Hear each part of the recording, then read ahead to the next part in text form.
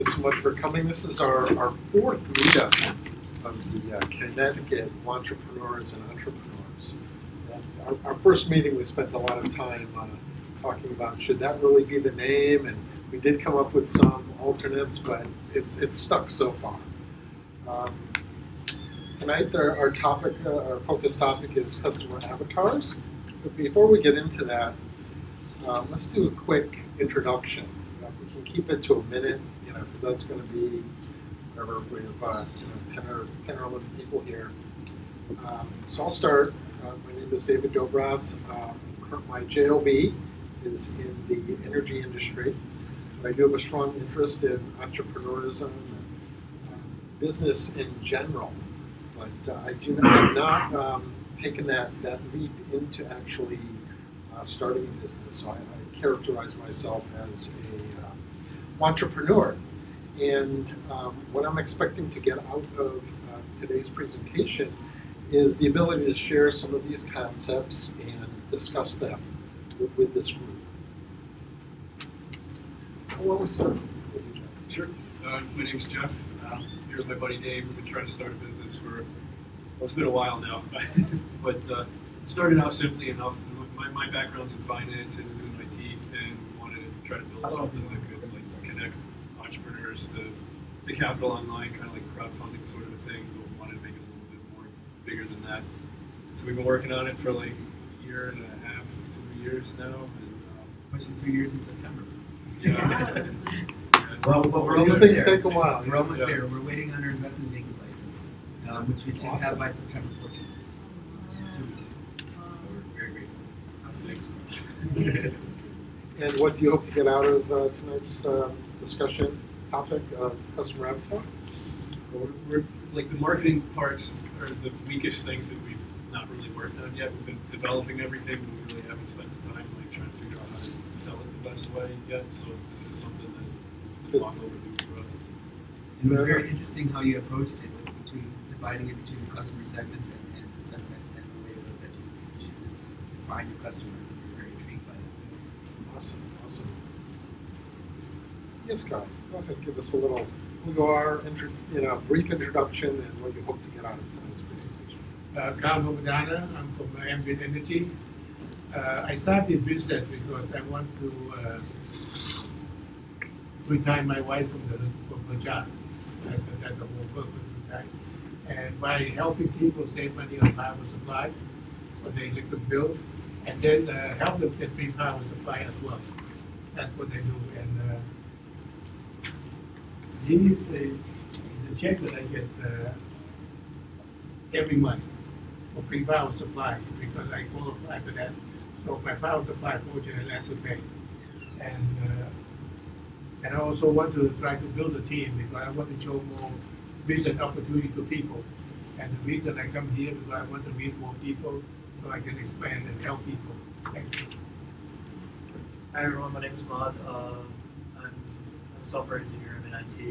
Basically, what I'm trying to get out is, bring opportunities, meeting people, maybe help people out regarding the expertise I have, and maybe see some help from other people. So that's your interest in the group itself.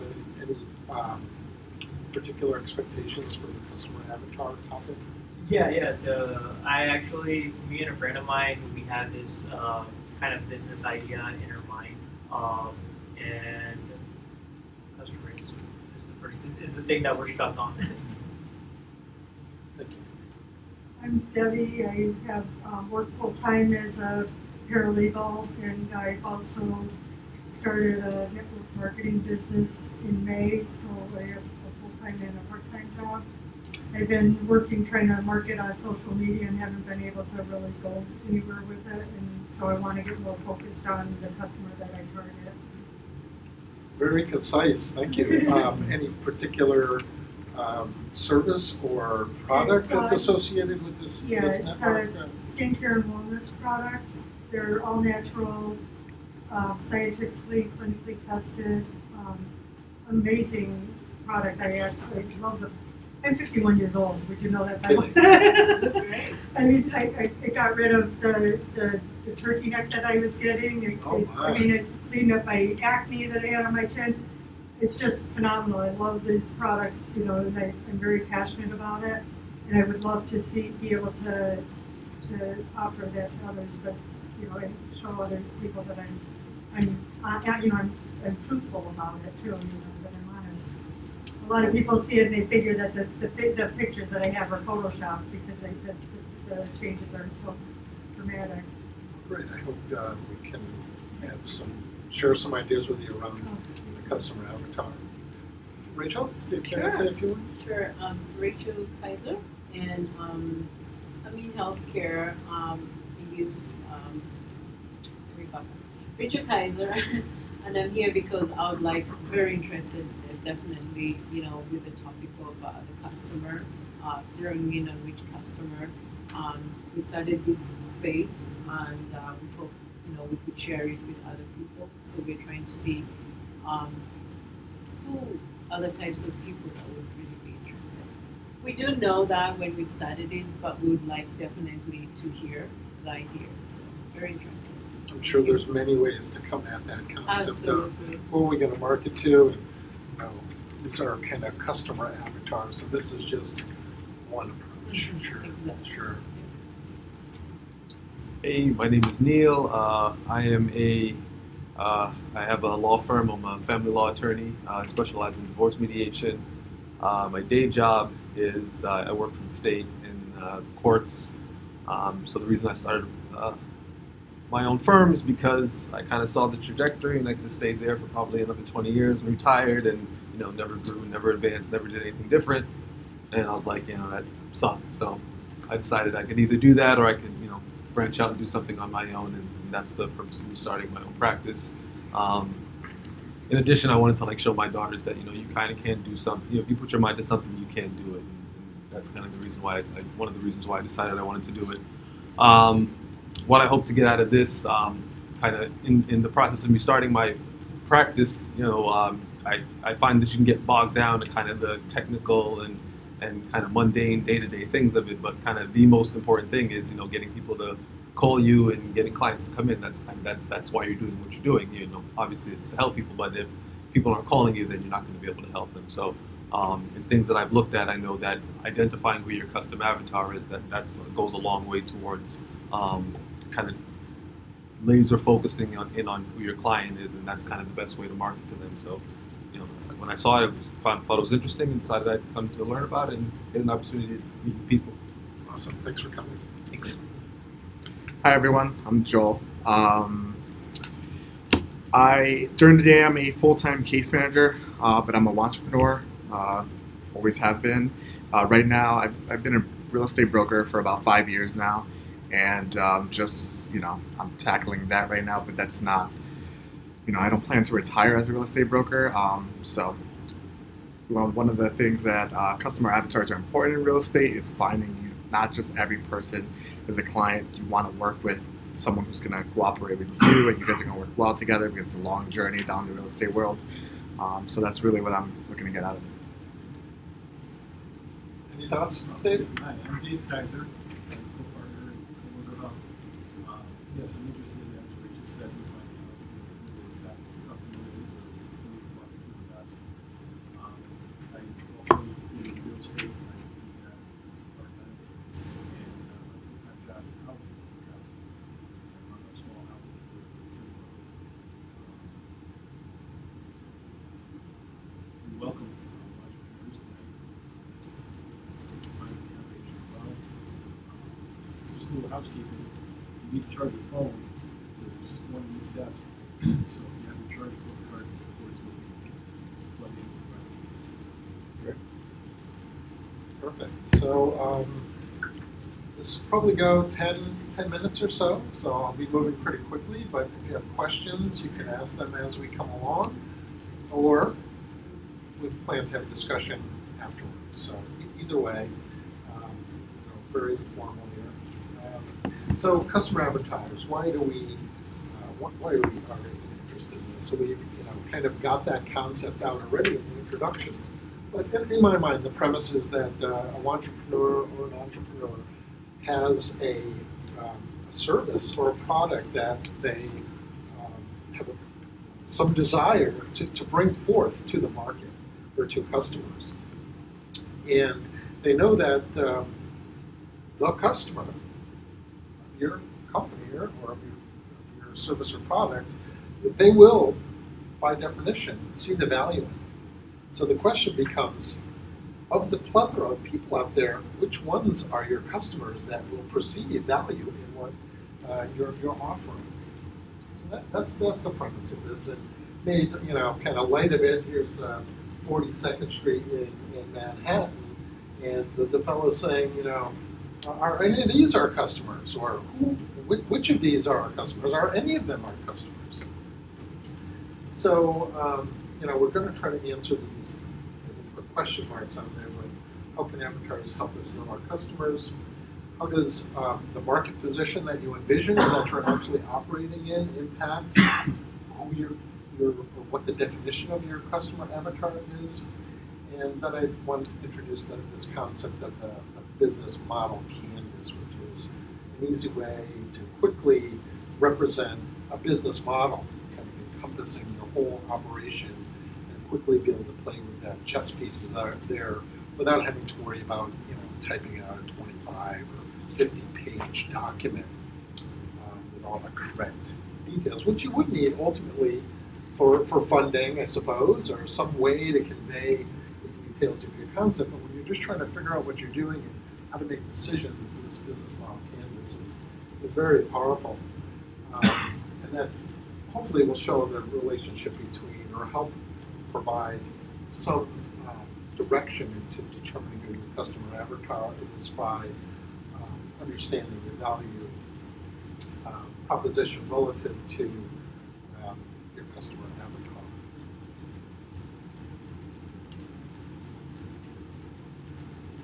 And so, I found it interesting. I've never really heard of the word avatar besides the movie. And when Joel, said, let's focus on the customer and in particular the customer avatar. So, Mr. Uncle Google helped me out there, and I found that this is not a term that just comes from the famous movie, the blockbuster, whatever you want to call it. It's actually something from Hinduism where it represents their a personification or manifestation of a deity. So anyhow, I found that interesting to see where that word came from. But it's also this concept of a business strategy management tool to help define the theoretically ideal customer. And that's really what we're talking about here. We replace that word with avatar with this theoretical ideal customer. It's kind of cool shorthand, avatar. Also, it helps understand the wants and needs. Once we define that customer, we can start saying, really who are they and what's going on in their life, and how can we get to the point where we understand their pain point, and or what information void do they have that we can fill, depending on what type of service or product you're offering. So that's a little bit deeper dive into some of the ways that an avatar could help you move forward toward determining who those customers are in reality, moving past the actual avatar concept.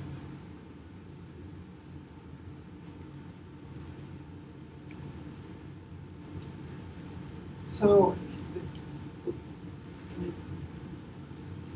yeah, so, one kind of high level way to think of this is, well, I have a value creation proposition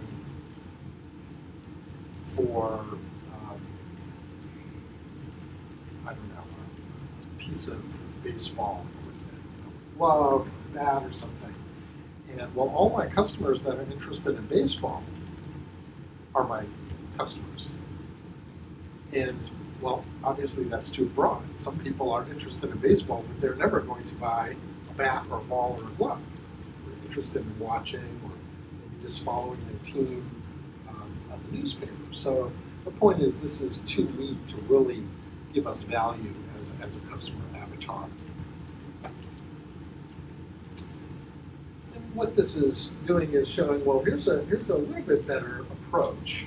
And ultimately, when we get to the more refined one, we'll be able to infer, well, what is this company actually selling? Because we don't know that. We're coming at it from backwards. If you find the customer really well, you kind of infer what the product is. So here they're saying, my avatar is 25 to 35 years of age, works full-time job, 9 to 5, has a family with 2 kids, and finds himself frustrated and feeling alone every day because they don't know where to find the knowledge that I am going to provide about whatever topic you're talking about. I use baseball equipment as the example. So that still doesn't, really narrow the field down. It narrows it down a lot.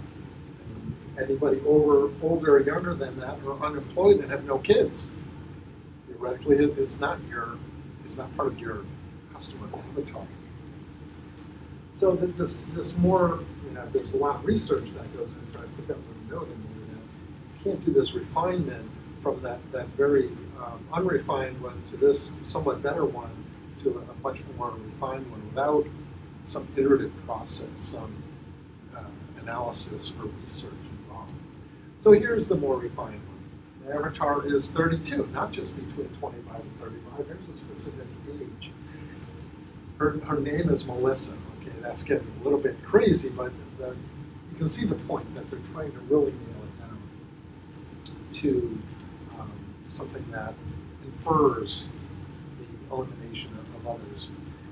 She is a writer. She's been wanting to start a blog for months now, but she doesn't know where to start. She's a good writer, but she could really use some help on how to structure and format a blog post. Plus, she's not really sure what exactly she wants to write about most of the time. So what's this guy's business? His business supports people that want to write blogs and do not know how to do it from a format and structure perspective, nor do they know their content. So that's very quick concept there.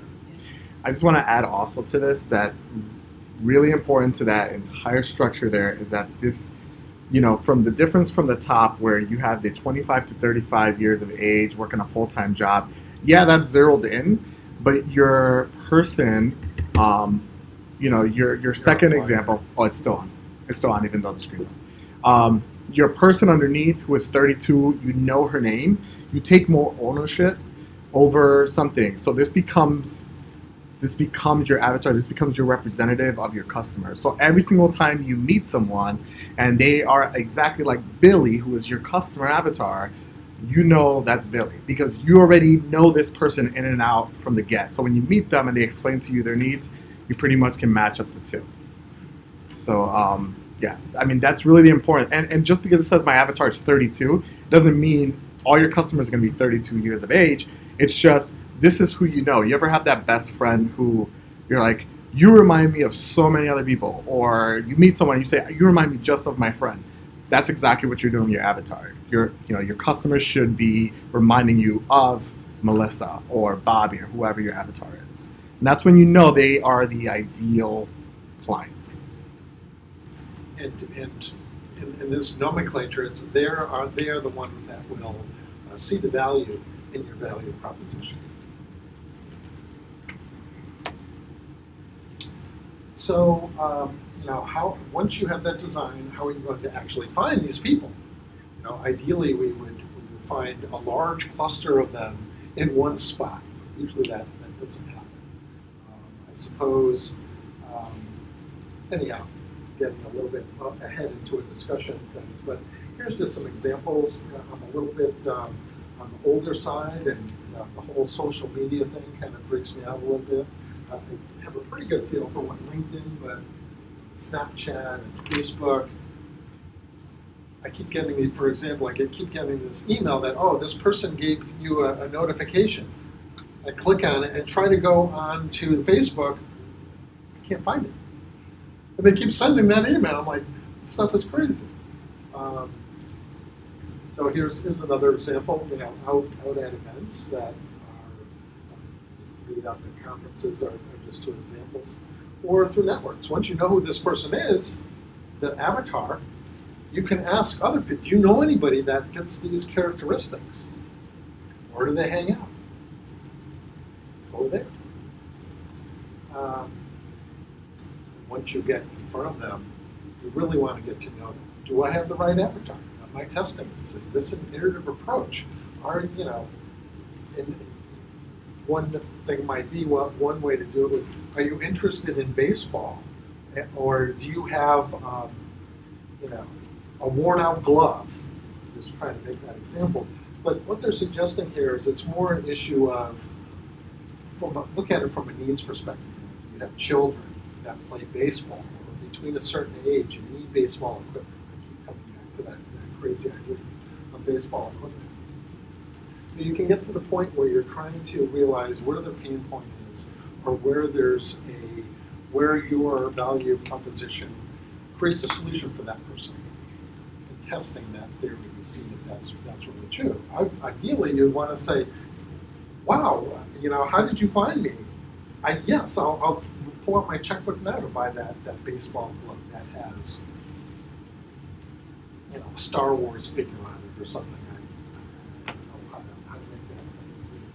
But so the concept overall is get the design, find out where they are, engage them, and learn about them to make sure that they actually are the people that represent your customer, and your customer is the one that perceives the value that you're offering. And just to add to the finding your avatar, one of the best things you can do when you're looking for or once you define your avatar to find your customers, your avatar is going to change over time. You're going to have Stacy today, and then what is recommended is you go out and look for that avatar. So, for example, I have a good friend who was looking to start up a gym. We get so wound up on researching and looking online and Googling and asking people around, but you never really go out there and talk to the actual customer. Right. So what he did was he went out to a gym and just talked to people. Hey, what do you like about this place? What do you don't like about this place? What do you wish they had? What do you wish they didn't have? And he really targeted the people that defined his avatar. A little bit, he was looking and it turned out that over time, his model of just a gym turned into a specialized just kickboxing gym. Because everyone who was leaving the gym was saying, I would love to do kickboxing. That would be great. So he was able to not only zero in on his avatar, but he zeroed in on his niche. And it's very successful because now all of those clients were his ideal, and they see the value in him now, and they're willing to pay the premium to just go to a kickboxing gym.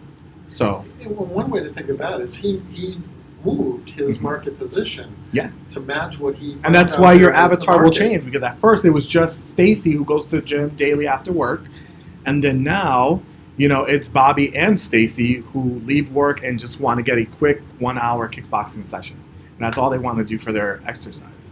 But my biggest point is that while you're looking on Facebook and you're doing all these things on, in person, go out and meet your actual customer. Go out there, and if it's at a gym, go to the gym and talk to people. If it's out, on the street, on a boardwalk, go talk to them. No one's going to know more about what they want than the person who wants it. I couldn't have asked for a better segue into the next slide. So this is the perfect, Joel. If we have some idea of what our niche is. Can you guys all see that? I'm sorry to interrupt. You can all see it? Okay. Yeah, what you want me to describe this? So I'm just plotting strategic groups on this axis of low price to high price for their service or product, and low customization to high customization. So that positions in the circles, or these circles and ellipses represent customer groups. So there's a bunch of customers that are competing with each other on this level of price and this level of customization. these are established companies.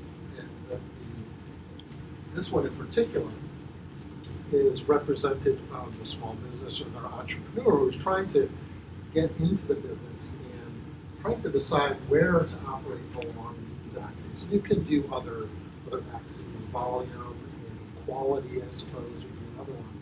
But the concept is, as you move out, you're driving that value creation threshold. So that's the basic description of the chart. And the value of it is you can understand who you're competing against and along what lines. And as Joel indicated, the initial business model was for the more high volume, low cost, generalized gym. And your friend found that he was more interested in, so that would be the customers that are serviced by this more established group. And you would be here, for example. And he said, now that I'm talking to customers, I'm changing my customer avatar from someone who values this broader exercise equipment in volume, low cost. I'm going to customize. I'm going to have more customization, and if I have more cost. I'm going to focus on kickboxing. Maybe I need to have more specialized equipment or specialized trainers. And so that tends to drive closer to a top quality. It's more customized and consequently a more premium product. So that's a perfect real-world example of why you want to kind of go through this exercise and see where you're operating, whatever parameters are more appropriate for this particular business. But it will help you narrow in on the customer avatar. So once again, thank you for that example, John. Any thoughts or questions on that? Is it a useful tool? Does that make sense? Because when I asked Dave, we had a 10-minute conversation about this chart. When I saw it, I was like, I'm not gonna lie, as soon as I saw this chart, I said, it's all yours, you describe it, because I have no idea what all these bubbles and circles are. But it totally made sense that when you look at Amazon, for example, and you buy bulk quantity of USB drives, right? They're making lower quality, the price is low, and they're making their money on high volume.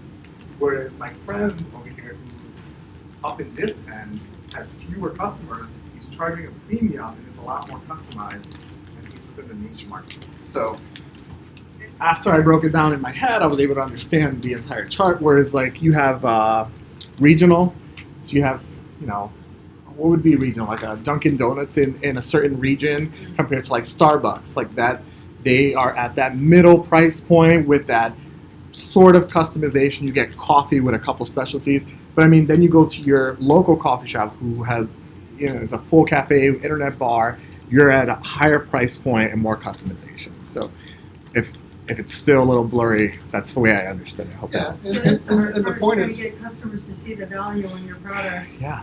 But your customer will see the value. If it's your customer avatar, they will see the value because if right. that kickboxing customer. The customer doesn't exist for us. We exist for them. Mm-hmm. So we're not making the customer see our value. We're looking for the ones that see your value. They see you automatically and say, you have everything. One of the things I did here is you have to go looking for the people that have a history of shopping for that product or that are looking for that product or absolutely service. So the person looking for a kickboxing gym is a different physical person than the one that's looking for the general purpose gym. Yeah, absolutely. Or someone who goes to and how do I find those people that are someone who may just be someone who may be calling. Avatar first. Yeah, someone who may be calling. Go through that process of finding who they are, speaking with them. That's a valid question, but that's the whole point of this. There is a process to follow. So I would go to salons and just that, or salons may be a great spot. I mean, you have people going in there. Find the ones that do spas. Maybe that's your avatar. It's not so much the customer, but the salons themselves that will actually use your products for their customer. So yeah, I heard it's hard to get into salons, but because they get approached by people all the time with try our wonderful product. Yeah. So your axes might be different here. You're looking for somebody that's more interested in the direct using the product themselves, not to contradict them. Yeah. Have some kind of organic bend to them, And maybe there's an age range. You mentioned that, or at least the products that you described, Yeah, a lot of them are targeted.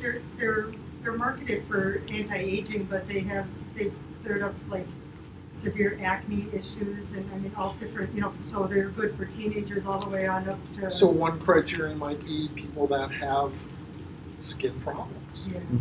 as opposed to people who are using the cream for other products for other purposes. Or like you mentioned, zeroing in on that customer and creating something of value. So if you do create some type of blog or some type of, even if it's a monthly like newsletter for skincare, and you can put it on a website and then you market that to that specific age range you have on social media, the signups that you're going to get are clearly the people who are looking for skincare, resolutions to their Once you problem. prove the concept of this particular avatar and know which people fit it, then you can do your marketing to them. Yeah, don't market to all. Once you do a one-page blog or something that has a link to my business website. Yeah, I mean, if they're coming to your blog, they're obviously already interested. They have some type of problem. They're looking for a solution, and then I have to try and lock down the keywords. So if they're searching for something, it's a lot of work. Yes, and another thing also I learned, this is from years back when I lived in Dallas. There was a lady, I'm sure she'd been 30 under 30 on Forbes, who was a big online marketer. And specifically, you say you go to Facebook, right? Yeah. She said on Facebook, for example, you have to give, don't market directly. For example, what to segue into what they're saying, just give some tips of how to do things, that kind of thing. And then they'll start coming to you like you're the expert that you are, okay? And then from there, is where slowly by slowly you introduce also your website or your product or something like that. But you have to also give information so that they know that who you are. That's the thing with Facebook. It's like you can't sell directly. You have to show that. Yeah, we do business. Yeah, we do business with those that we trust, right? So exactly. if you like me as a friend on Facebook and automatically you put a post on selling something, I automatically get turned off. I don't want to know you. I don't know who you are. I don't want to buy anything from you yet. Once you build that trust with some credibility with, hey, these are some tips to help, what to do at nighttime before you go to bed to help your skincare. Just that one little article that I can read. And then over time. What about all my Miriam friends that put their little things in the comments? Does that throw anything off? What comments? Like I was trying to do that where I would just put a couple of before and afters, and just leave it at that, not put anything, not put any wording or anything. And then in the comments. But you're still selling at that point. Yes. Well, we're still getting a little bit off topic, but okay. let's use that as a segue to the next Yeah. slide. We're focusing on the customer tonight and not the next steps, but that's a perfect segue to the business model canvas.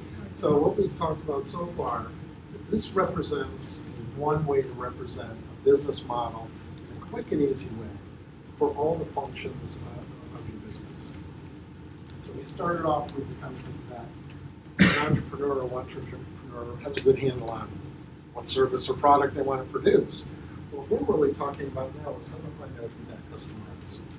And ultimately, you go down the road of, well, how do I market to them once I've confirmed that, this is not only the avatar, but wow, I know these people, I know this avatar is represented by these people, these real people. Now I can market to them. So that's more in this, how do I get my product to them and what kind of relationship I have with them. We're hoping to have a subsequent presentation on some of those details. So just to finish up this part of our meeting tonight, the kind of formal presentation piece, with the concept that we're focusing on understanding the value creation proposition inherently in who the customer is.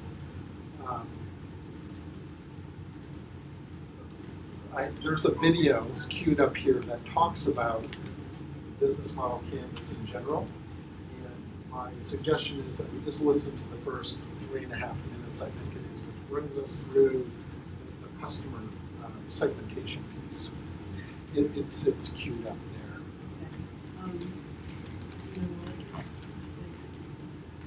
Yeah, to hit the circle.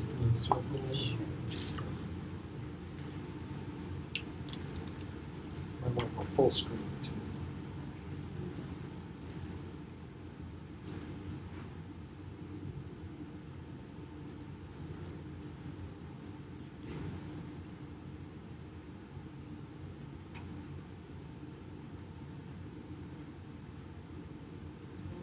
I'm letting you skip the.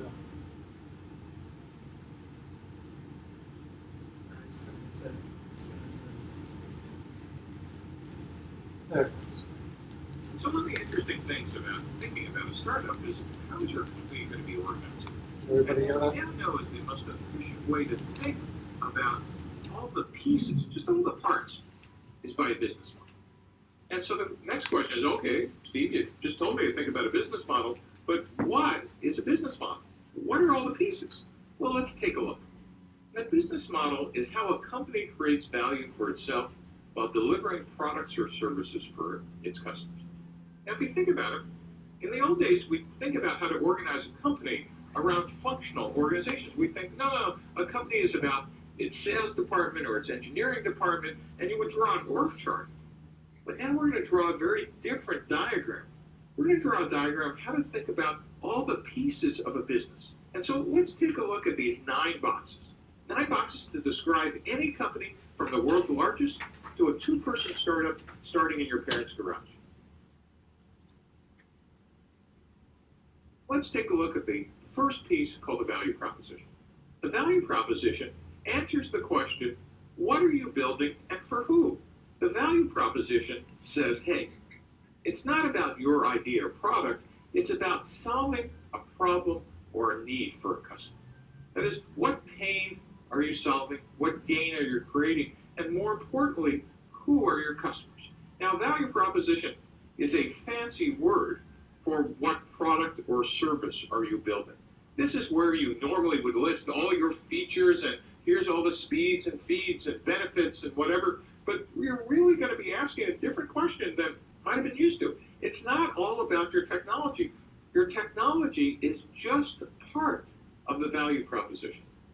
Customers really don't care about your technology. The customers are trying to solve a problem or fulfill a need. By the way, we'll be talking about this through multiple lectures.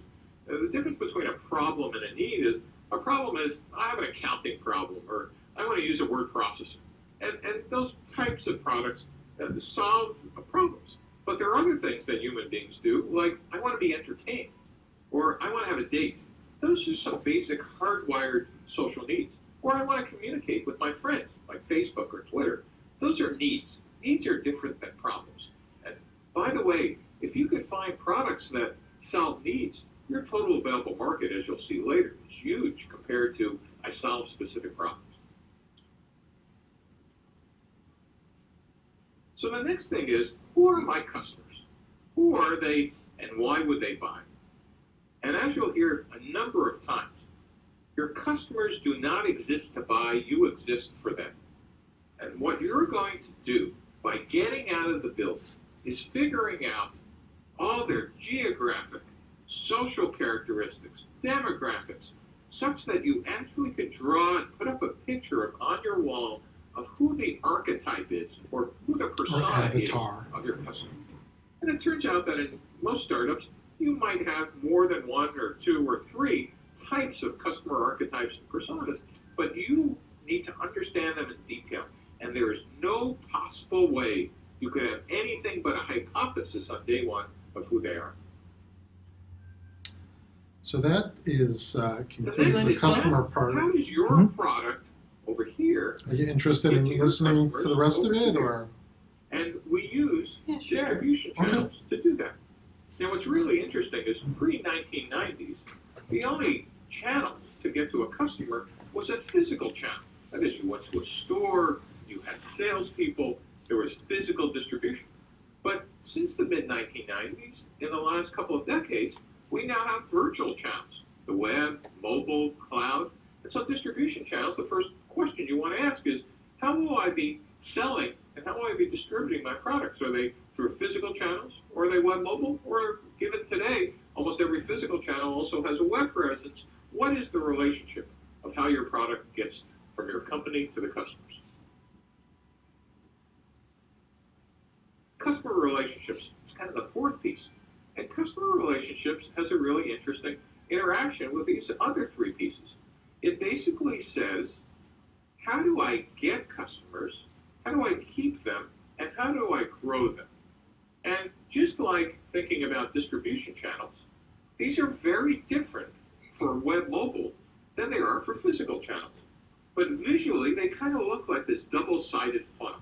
So let's just take a look at quickly a web example. In getting customers, you're going to be worrying about how do I acquire them? That is, how do I get them even to my website? How do I activate them? That is, how do I make them do something? And then later on, we'll see after I got them, how do I keep them around? That is, how do I not lose them through attrition and churn? And then what can I do once I have customers to make them spend more money or use my product even more? And so one of the things we'll be thinking about is, how do I get, keep, and grow customers? And just like every other step, you might have hypotheses on day one, but you're only going to figure this out when you're out of the building. The next thing is revenue streams. How do you actually make money from your product and service being sold to customer segments? You know, revenue streams basically ask the question, what value is the customer paying for? And it actually has you think about, what's the strategy of how I'm going to capture that value? Is it I'm going to just have a direct sale and it's a transaction based on price? Is it a freemium model where I'm going to give away the product for free and hope that some portion convert later? Is it a license or subscription model? That revenue model is different than the pricing tactics. That is, what is the dollar or pound amount or euro amount that I'm going to be charging? Again, the only way to figure this out is being able to interact with tens or hundreds or thousands of customers so you finally understand what the right revenue stream and revenue model is. Next piece you want to think about is, what are the key resources? What do you need to make the business model work? What assets are important? And what's an example of an asset in a key resource? Well, finance. Do you need capital? Do you need a line of credit? Some assets and resources are physical. Do you need physical plant, like a manufacturing line? Do you need specialized machines? Do you need vans for delivery? Do you need cars? Is there something else you need? Is there intellectual property you need? Is there patents you need to acquire or protect? Do you need to acquire customer lists? Or is it just that you need to get great people, great software programmers in a specific area, or great hardware designers, or great manufacturing people? And then finally, again, the interaction between intellectual and human capital is that's another key resource. What specifically do you need to do to keep these people, and who are they? The next piece is, who are your key partners and suppliers? And partnerships are kind of interesting, is we need to ask ourselves, before what's the deal, is what exactly are we acquiring from partners? And also, what activities are they going to perform and when? And this is where startups sometimes make a mistake of thinking, well, large companies do partnerships, I guess I need those too on day one. Turns out the types of partnerships you need in year one are certainly not the ones you're going to need in year 3 or 5 or 10. And the types of partnerships could be strategic alliances, joint ventures, just regular suppliers and buyers. And so you need to be thinking through who they are and actually getting out of the building and testing them. Next are key activities. What's the most important things you need to do for the business to make the business model work? Are you in the production business? Are you making something? Or are you in the problem-solving business, like you're doing consulting or engineering? Or are you managing supply chains? What are the key activities you need to become expert at? And then finally, all this adds up on the left-hand side, over here, to cost. What are the costs and expenses to operate the business model? One of the interesting things about cost is it's not just the obvious ones, like people or buildings or materials. What you're really going to be asking are, what are the entire costs to operate our business model? And so you want to think about what are the most important costs you need to worry about? What are the most expensive resources you're going to need to pay for? And what key activities are the most expensive? And then you want to ask the typical accounting things, What are fixed costs? What are variable costs? Are there economies of scale? And you want to start getting a good handle on what it is that will end up costing you money to run your business.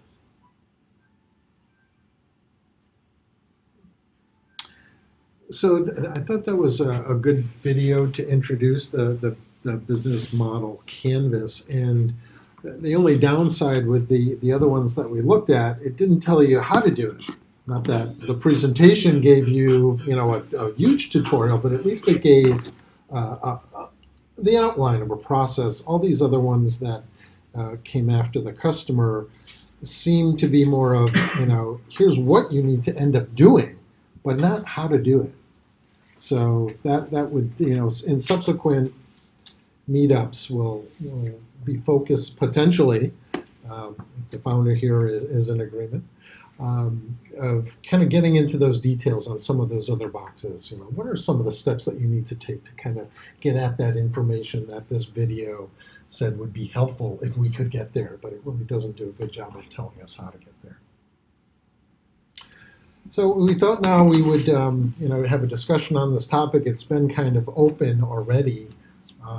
Did anybody have, did we meet your expectations about your curiosity of a customer avatar?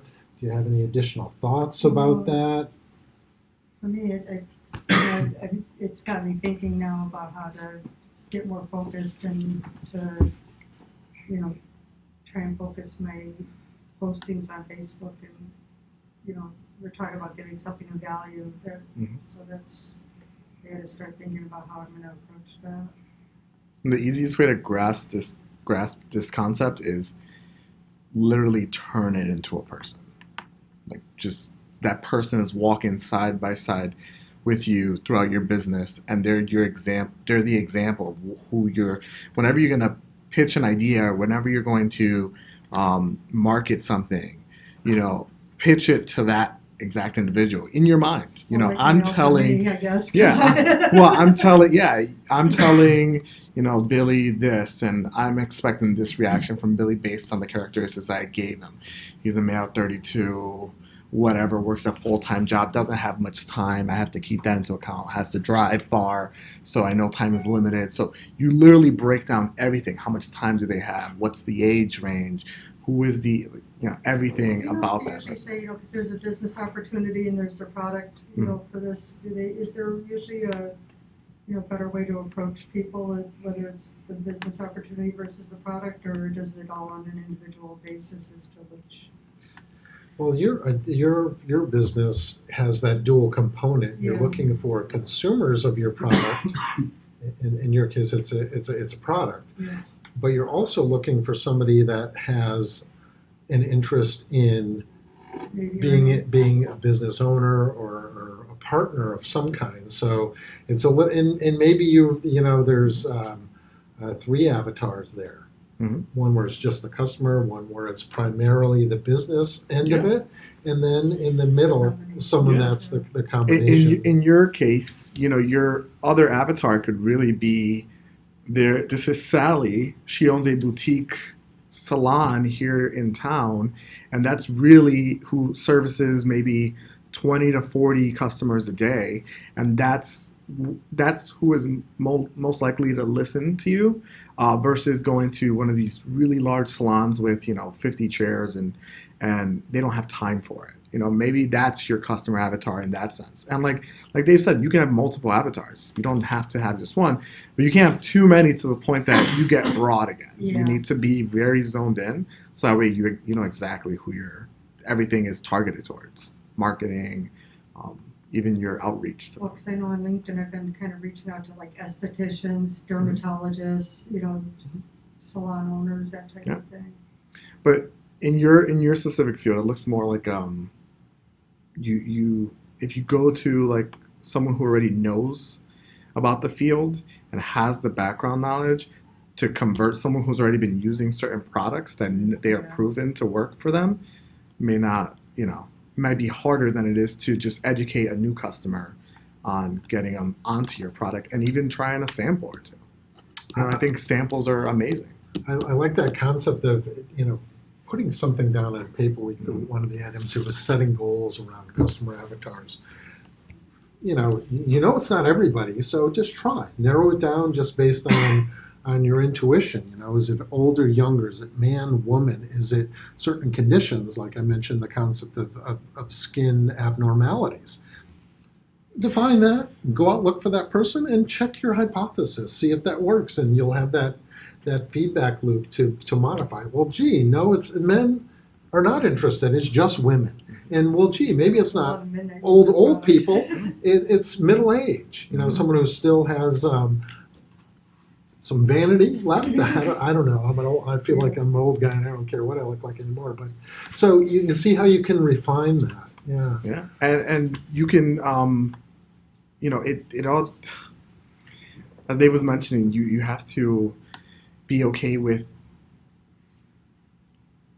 defining it so much that you're okay with saying no.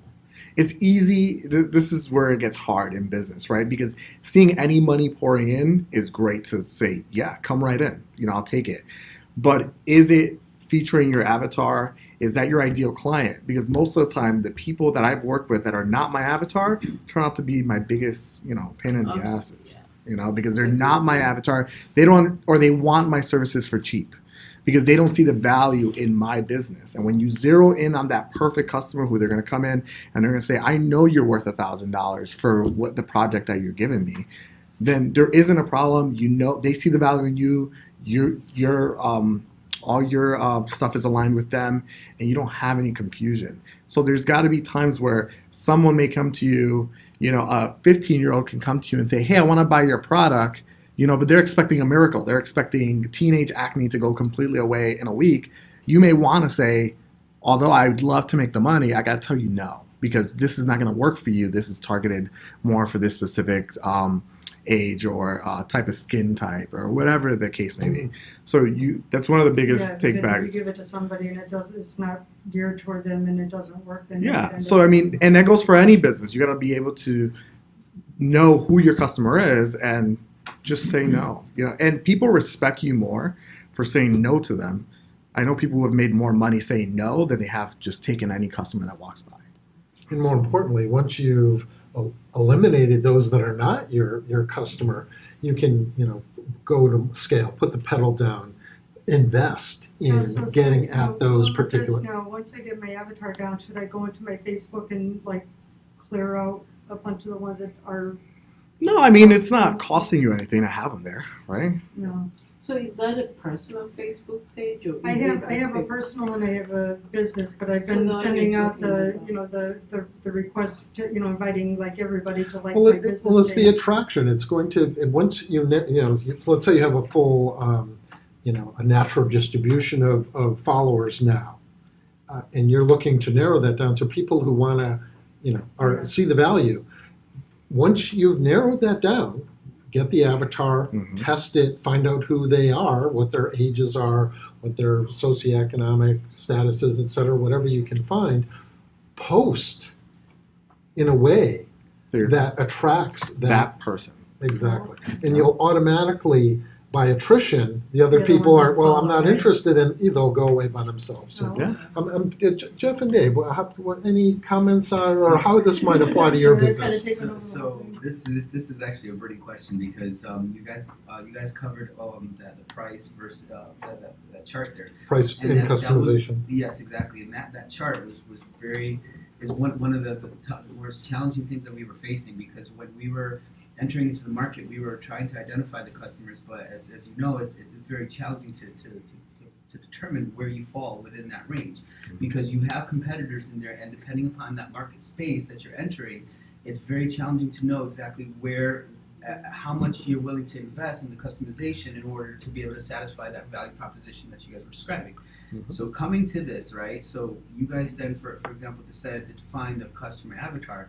Well, the concern is what if we're wrong, right? And then let's say you think that the customer is this way. What would be the key metrics that you would think would be the most important to collect to be able to determine which way you should pivot when you determine that your avatar is incorrect? And that's what we're worried about, because we're pre-production and we're trying to determine all this. and we're defining the customer, which we're theorizing, which we think this is what people want, but we ultimately don't know. And what should we collect to be able to determine whether or not that's correct?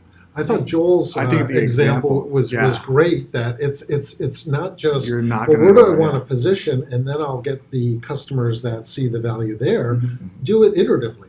Pick a spot, Mhm. and this might be too late That's in what your we case, did. but That's what we pick did, a yeah. spot, see what customer avatar relates to that spot, and see if you can service that customer. You might, not be able to meet their expectations because of the way you're set up, and say, well, gee, I must be in the wrong position because the customers that see value here, I can't provide it at the right cost point or at the full level of customization. As an example, and that would give you an inference that, well, gee, I have to move to another place that leverages your unique core competency, if you will, to think in those terms, and then see what the implication is on the avatar, go through that process of determining who those actual people are, and see if you can meet their needs with that new position that you've determined. Yeah, and that's what we're hoping for, is to make sure that we collect the proper data points so that we can then make that educated kind of But decision. the thing is that you're saying you're in pre-production, right? Mhm. So I mean, you're a software developer, right? I've done software development, but So have you ever worked in agile environment? Yes, that's exactly what we're So doing. so if you don't have that feedback loop, you don't have it's like every 2 weeks you push the product out and you get feedback and everything's changing constantly. Do you have like a customer in place that you push the product out to at this point to show it to someone? It could be him, it could be anyone, right? We actually haven't once because like we did alpha or beta testing because of the licensing aspect, and we were concerned about that. But as soon as we received that license within 2 weeks, by the 14th. No, that's not what I'm saying. I'm saying like forget about it actually coming to market or alpha, beta, anything. Like when you're actually like making something, like assume that think for a second that you're going to launch 10 years from now. Forget about that, okay? But every single thing you're doing, after 2 weeks you've done something, you push it out to someone and get feedback from them at that time. You don't want to go after 5 years, you push out the product and figure out, oh, the customer doesn't want that. So you see, so it does. So like if you're a group of 2 people or 3 people, or there's a friend, you could just pick your friend. Say, okay, you're my customer. Just pretend he's your customer and tell him this is what we're trying to get out. And try to get someone who can be a potential customer. After you add a new feature, you give it to him and he gives you your feedback on it. Okay, you can have a couple because that's what we do in our line of work. Like when I develop software, I have features. I have five features that I'm gonna make, or 2 features. At the end of the sprint, I give it to the product owner. He's like, I don't like any of them. I'm like, okay, better now than later on when I'm gonna have when the product's almost done, and I don't want to go back and start from scratch because the features lead on to new stuff. So that's why you always want to have that constant feedback loop, like as soon as you can. Even if you have a target of like, I want to do 5 features before in 2 weeks, and then give it to my customer for feedback. If you can't complete the 5 features, you can only do 1. Just give it to him with the 1 and get your feedback. Feedback is the most important. That's what I would. And that's where a lot of the importance on focus groups comes from. Put together, knowing your avatar or your hypothetical avatar at the moment, putting them in a room. Okay, we're looking at everyone who's going to use this app or this type of software, and put them in a room and say, try this out. I'm not telling you to like it. I'm not telling you what features, what do you like, what do you don't like. And everything is a test. Everything is a test, because the avatar from day one is going to be a completely different person at the end when you're launching. And even after you're in business for the first couple months or even a year, your avatar is going to change yet again. And as time goes on, with the way upgrades and everything changes, it'll just keep, it's like a person. It's just going to keep changing as it gets older. As far as metrics, your funding of ventures, is that your business? Yes. Yeah, so you could do some brainstorming. Are you looking? Is it people who are looking for $1 million or $100 million?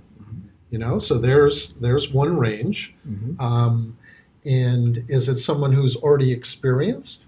So they're looking for possibly a quick turnaround without having to they're established, so they would want a quick turnaround, or is it someone that is potentially a Completely risk different. of their credit isn't that great, so that there's another niche market. So you can kind of see. I just quickly listed 4 metrics that could have a range on each of them: volume of funding, experience of the venture, the entrepreneur. Credit level.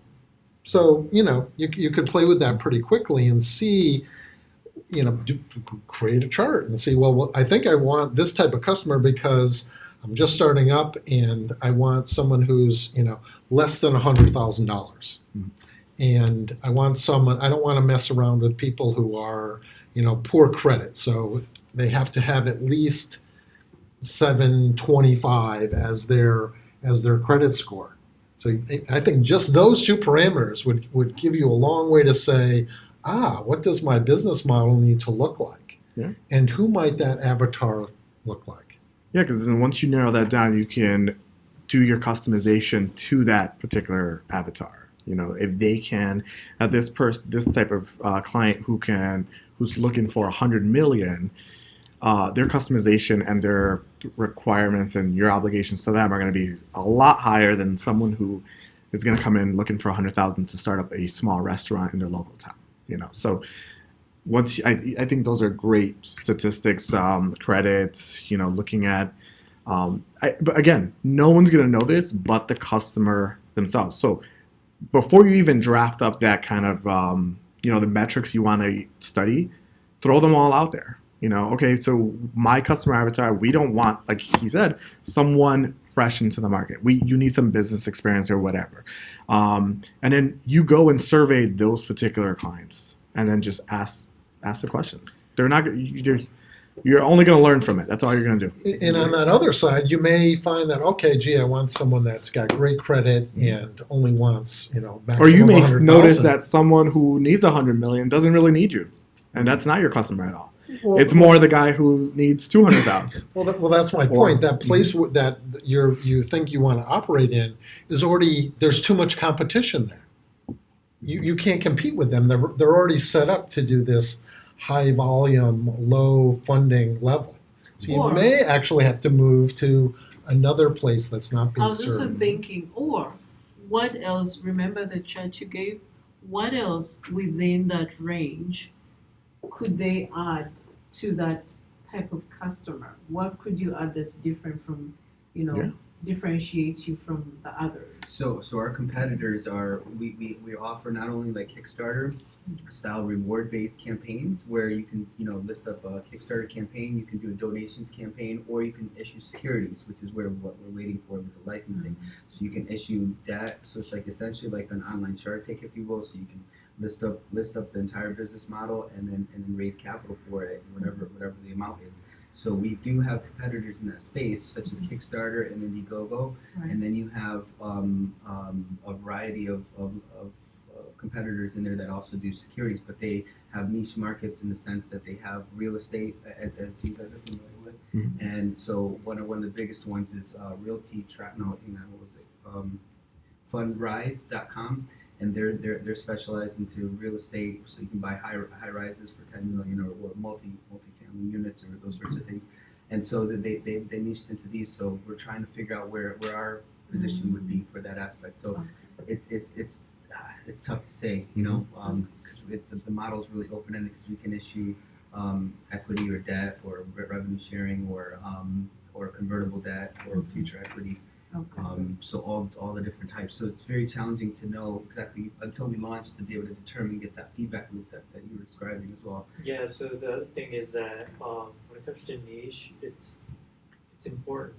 So there's 2 concepts in my but I think niche is very important if you want to differentiate yourself and you want to stay away from the big dogs. You want to stay away from them. You want your own small thing, and you don't want to grow exponentially big or try to compete with others. But then again, you can also be right in the center of that big market, and some of the people will come towards you, and you're not going to have to do profit sharing, and it's going to be a tough market, and it's going to be hard to survive. So you really have to decide: are you going to be with the big dogs, or are you going to go safe and go for a niche? Because that's very important. So, Neil, what can you tell us from a legal counsel perspective, business, regarding what we've been talking about, avatar, market position, et cetera? Yeah, I mean, I think it applies to everything. I think regardless of what your business is, and that's kind of something that I'm finding in the legal field, that it doesn't really matter what your business is. These kind of principles carry throughout. So even within the legal field, I mean, there's 100, 1,000 attorneys in any particular field. So if you kind of just go in saying, hey, which is kind of where I went at the beginning, I just thought, hey, I'll put a sign up and a website up, and somehow these people will find me, and that's not the case. So, well, what might some of those metrics be? Are you looking for people that, I think you said marriage, counseling, divorce? Right. So, is it they've been married only 2 years? Or they've been married 20 years and have had a family and now they're kind of branching off as individuals? Is it right, so troubled relationships? I think there's some parameters that you might be able to. Yes. So since I do divorce mediation, it's for couples. Obviously it's they're married couples. Mine is a certain age group, so it's like 30 to 50. Kind of savvy with social media because that's one of the ways I market. Savvy with kind of online marketing because online use Google because that's another way that I market. Professionals, they have kids, homeowners. So that's kind of how I came up with my ideal client up to this point. And still working, and that's still kind of female because what I found is that the primary decision to make to decide whether to divorce or to do divorce mediation is primarily done by the wife in the relationship. So I market more towards women than I do. So female professional between professional. 30 and 50 Right. is kind of what you just said. Right. And then from there, kind of going out and finding where those people, where they congregate, where they have communities, what articles do they read, what magazines do they read, and then kind of trying to get into those spaces. So yeah, so once you narrow that down, you can zero in on the marketing. Right. In that part. But without doing that, like I said, what I did initially was just kind of like, hey, I'll just, everyone's a customer, and it's not. I mean, it really, it's hard because thinking this through and going through this process, it's kind of, as you found, it's difficult to kind of narrow that down because there's so many things that you have to consider. But if you don't do that, you're kind of just throwing darts and you have like no success of hitting any targets. But if you kind of narrow down, then you have a much better chance of finding the person that you said that will find value in the thing that you're doing. Because it's easy to sit back and kind of just, hey, if any deal comes through to me, I'm going to take it. Or if a customer comes up, I'm not going to turn them away. Right. But when you could really define that, it defines a lot of things in your business model, from marketing to the actual services you provide and how you can customize it to them. And it also, like you mentioned, it weeds out those people who aren't your client because you could spend a lot of time answering calls and kind of chasing leads of people that aren't your client. Like I've taken consultations for people that kind of have no, even though you've kind of done intake and kind of tried to find out exactly what they're looking for. But I've had consults with people that, at the end of the day, they're not looking for my service. They were looking for, something kind of more pro bono or just, it's amazing what it comes out that they've actually looked for, even though, you kind of spell it out initially, but you've kind of, you could waste your time doing that when you kind of could be chasing your, like you said, your ideal client. So that's to see the value in you. Right. Because like you said, you do mediation. I could see some people who just come to you and say, I just want a divorce. Right. And they think you're just going to help them with that, as opposed to, you're like, no, I'm trying to mediate everything so that I'm you can get there. But litigate. So if you're coming to me looking for somebody to advocate for you and kind of, deal with your wife who's not talking to you, and obviously, one of the criteria is if you're going to do mediation, you both have to agree on the process. I've had people come to me who, they haven't talked to their wife about it yet, and I'm like, it's not how it works. So, yeah. Carl, any application to your business with this, ideas and concepts that we've been talking about? In my business, it's different than all you all have because everybody uses the electricity. So the way I approach people is I ask them to become my customer. Just ask them to do me a favor. It doesn't cost you anything, and would you help me out, be my customer? That's what I. Well, that's an interesting point. The first thing that we had up there as a weak avatar was anybody who's interested in topic X. So I kind of hear you echoing that. Anybody who uses electricity is your potential customer. Right. So what we're trying to do is narrow that down to, of the plethora of electric customers, which ones are most likely to want to engage with your business. So I Based on think. your experience, maybe, because it seems he's been. Well, maybe, is it someone Yeah. that's unemployed? Are they married? Are they not Well, married? you know, Is it, like if they become a customer, and then after that, I tell them the reason I started the business because I want to retire my wife from a job. And if they hear that, they call them and say, well, how do you do that? And then I approach you by explaining my business, and then they can join me or not join me. It doesn't matter. so one attribute of your customer avatar might be age, near retirement age, Right. potentially. So you have two businesses, correct? You have the light source type of business, and you also have the recruitment business of recruiting more people, Right. correct? So you essentially have two different avatars, because when you go to try to sell your electric services, that's one particular client, right? Someone who may be Right. an employee wants Well, to the spend a same- lot less on their electric bill. We Then- help people save money. Yeah. Well, I think your business model is that they're Yeah. one and the same. To be the customer is to actually obtain more customers, Right. and that's how that spill down revenue of your client getting more customers allows your client to have that money coming in to pay their bill. To pay the bill. That's right. So That one- So okay, it's- okay. I think so they're it's all one and one the person. same, So yeah. you're not. So okay. you'll have a dual thing. Not only are they ready to retire, but they have So some see, kind of Someone like me wouldn't social be ideal. skills because they Mhm. need to get Keep building trying to use the ladder. right get off on is Mhm. what I'm thinking of. The social situation. You don't want a customer that they're retired. That's half of it, or near retirement, but they're antisocial. Not going to work. Yeah. So someone like me wouldn't be Like you good. said, we have a lot of retired people because they can't afford to retire. And then they work on these because they can, if they can make $2,000 a month, that can help their life a lot, Mhm. make their life a lot easier. So we got a lot of people who retire people and join the business. Because see, I would like to save money on my electric bill, but I wouldn't want to do the recruitment part. So someone like me wouldn't be that person. Well, but then, the other aspect, I say that, like David said, that if you help become your customer, and then if they can talk more, get more clients, Mm-hmm. they can get the check come every month. But if they don't have that social ability, they're never going to grow. You could convince them of the idea. Like our business, we don't approach the cold call. We can't do cold call, get knock on the door. We talk to people who we know and the general normal people we know and friends and family. That's what we do. Is it Muhammad or Ahmed? Hamad. Hamad, I got it Yeah. wrong both ways. What are your thoughts? I know you've chimed in and discussed. That's great. Any thoughts in particular on, a business idea you might have and how Yeah. this customer avatar? I love Jeff and Dave, that concept of what's the metric that you're looking for your particular business. So that's what I've learned from this discussion is that it's really critical to nail down what your metric Yeah, is.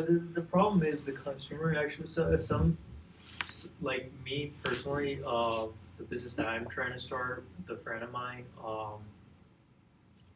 the biggest problem is trying to find people or where to approach them, and how to approach them, because basically the business isn't well common known. So thing. people in the So, sense of a yeah, customer. in sense of the customer. Okay. The potential customer might be someone who might be interested in something like what we're offering, Okay. the service that we're offering.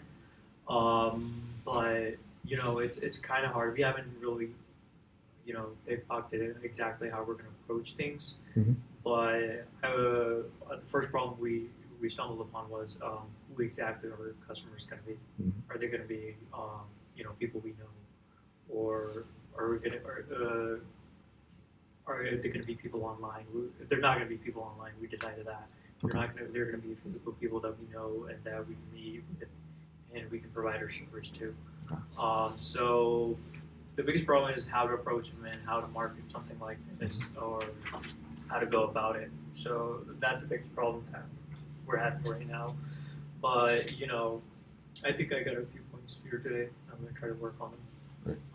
That's more of the channel, you know, kind of after you get the avatar, you got to think about that channel. Yeah. I wrote down these 3 questions that David showed the other day. You know, you meet people, you get to know their problems. That's what I do most of the time. I get what are your biggest struggles, and what your dream and aspiration. And the last one, why don't you lie about what your current situation? You ask them, and then when they tell your problem, and then you, well, it fits your way. You can, well, I can do this, I can do that. Mhm. You know, that I'm going to use these 3 questions for myself. You know? And I had a mentor who taught me something very similar to that, and he really mentioned that don't create a problem. Like, it's easy to say, my service is going to fit this problem that I created. I created this problem in my head that's what I'm going to fulfill. When, in fact, it's all about that. Just go out and talk to someone, because you're going to find out that the problem is probably something really simple that you can take care of. And, you know, there's either people overlooking it because it's so simple, or it's just you need to take something that's already existent and kind of tweak it, and that's it. One thing or a networking group here, that if you can't help but you know somebody can help in the group, you refer them. Oh, I know the friend who can help you this, who can help you that, and then you say, well, I don't do that, but then, you know, that's what you do, because that's why I want to go out and meet a lot of networking groups, because you never know who you come across them. Mm-hmm. Another way to say that is don't create a solution and then go look for the problem. Yeah. Find the problem and tailor your solution to solve that problem. But again, the problem you think that's happening may not be the problem. You may go out there, it might be a problem for you, and then you go out there and you say, There's no market. There's no market for it. There is a solution for it, you just don't know it yet. You think you have the only solution, but it may be that there's tons of, and then when you speak to that person, they're going to tell you, that's not my problem, but you know what is my problem? This is what's stopping my sales, or this is what's holding me up, or this is what I'd like. You know, as far as like a meetup group, I didn't see a meetup group in Waterbury for a while, and I was on the meetup app for a while, and I was just like, why isn't there something? Like, there's got to be someone in Waterbury that has an interest in business that I can connect with and just talk to. And I didn't look for a problem. I was looking for it, and then I said, let me throw it out there. And then I spoke with people, and they're like, yeah, throw it on there and see what sticks. And a lot of things have changed from day one of the meetup till, I mean, this is our 4th meetup. So, I mean, and then I asked people. We asked, hey, what do you like about it? What do you don't like? I threw a couple surveys. And that's knowing who is your customer. And, you know, although this is free, if it's not entertaining or beneficial to you, you're not going to come. And for me, that's no value, because I get value out of just speaking with you guys. So that's a great example. During our first meeting, my impression was that our customer, if you will, for this meetup was someone that was apprehensive. Gee, can I take this leap to become an entrepreneur? And what we found is that no, that's not.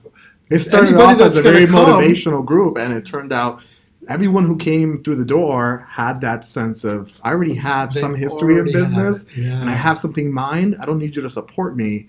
I need you to give me the tools to help me grow. Exactly. So there was that's a great example of how we transitioned away from our original kind of meetup avatar. Mm-hmm. Yeah. Cool.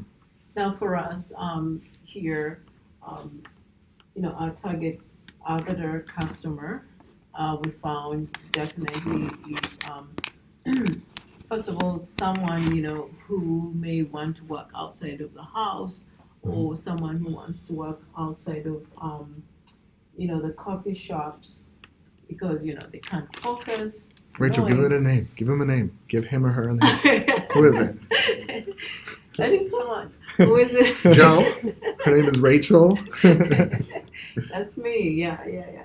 So so those are the kinds of and small business owner. It's really a wide. I was going to say wide range, and I remembered you have to focus. Yeah. When I say wide range, though, I don't mean this, that it's not defined, but at the same time, we've learned that probably we have to focus on that. And maybe one thing that I really, really like that you talked about is, I forget how you termed it, but that the customer has to want your service versus the other way around. Mhm. Because, in as much as, and I don't want to just talk about this business, but I think for all of us, sometimes you have done your homework, you define the costs or the prices and their bills to pay and that kind of thing. And so when you find a customer who wants a certain service where they can fit, but they want something higher, and yet maybe they're saying they can't pay that amount, you have to be careful to really just have someone to come in through the door because you want someone to come in. Yeah.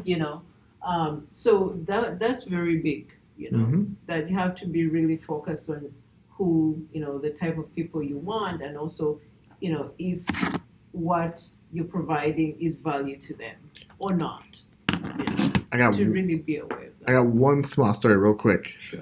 And I just read this book and I can send it out. It's called, I think it's called Badass Branding is what it's called. Right. And I can check it out because I bought the ebook, so I have it in my phone here. Okay. And really what she started off, she's focused around branding, but initially what she started was, I help businesses, build a branding package.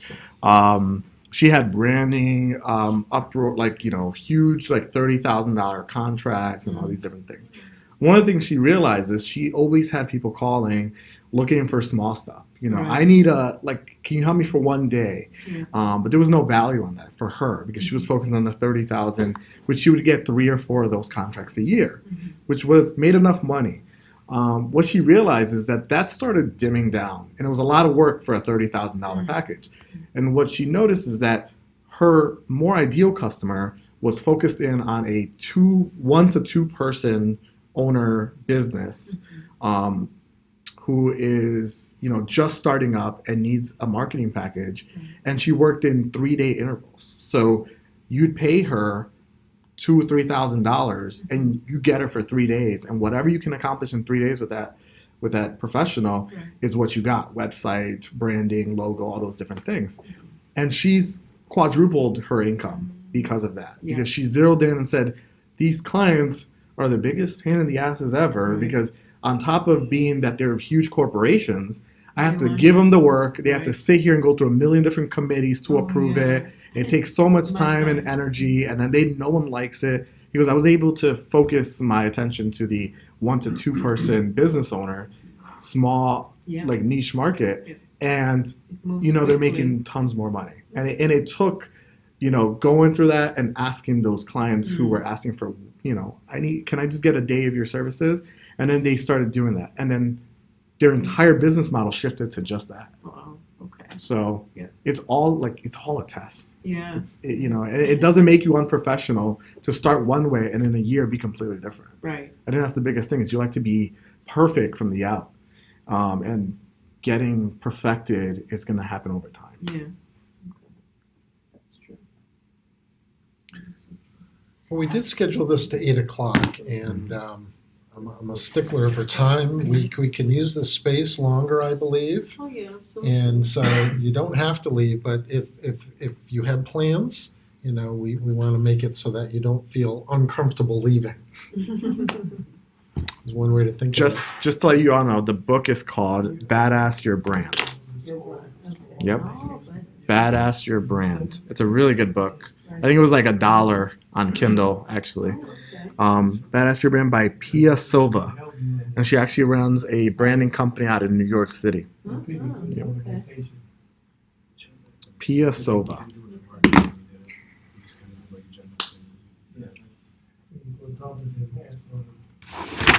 somewhere to post these, the file on the website, or? Mhm. Yeah. Is that something you want to do?